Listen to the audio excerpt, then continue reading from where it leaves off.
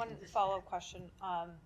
The former president of Russia, Medvedev, said today that if Russia stops a special military operation without achieving victory, Russia will disappear. It will be torn to pieces.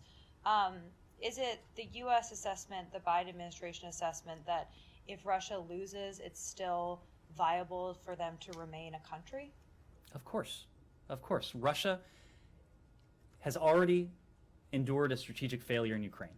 Nothing is going to change that. This has never been about Russia as a country, the Russian people as a people. This has always been about President Putin's determination to project force against another country in a completely unjustified way.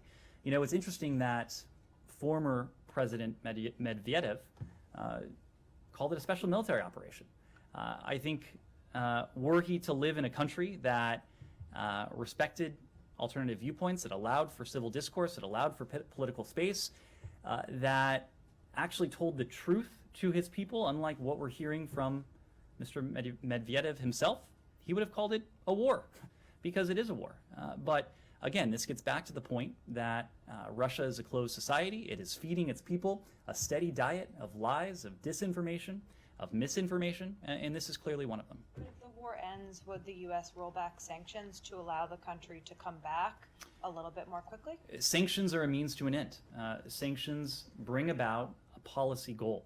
In the first instance, the policy goal was to deter Russia from going, the threat of sanctions was to deter Russia from crossing the border into invading its sovereign, independent neighbor.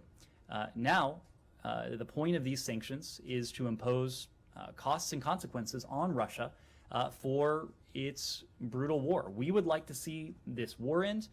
We would like to see Ukraine resume its status as a country at peace, as a country that is whole, sovereign, independent, free, just as we would like to be in a position to eventually resume a relationship with the Russian people that in some ways resembled what it was prior to this aggression. This is not about the Russian people. This is not about any underlying animus towards the Russian state. This is about President Putin, his behavior, and the actions that those around him have enabled and encouraged.